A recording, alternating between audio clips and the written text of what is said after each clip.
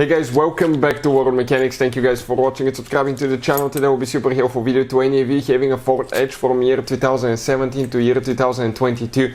Currently, if you need to guys remove or replace key fob batteries, stay with us, we'll explain how to do that. It takes only a few minutes, but practically seconds, but if you don't know how to do it, you can damage the key fob and you may need to replace it.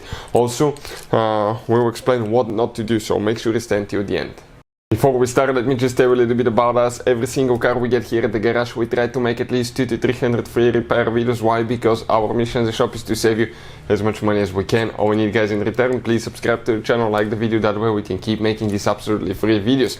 And if you guys need to buy batteries, tools, parts, you want to save quite a bit of money, check out the link in the description of the video below. That's where we get all our tools and supplies from as well.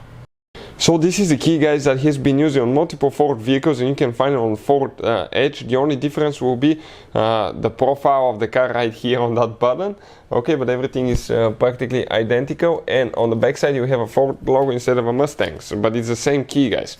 Many of you ask me how to do it, so we decided to show you. Okay, and where you can get the battery from, because it's an oversized battery. So what you need to do, okay, right here you have one button, okay, that's the key. All we have to do, press down and take them apart.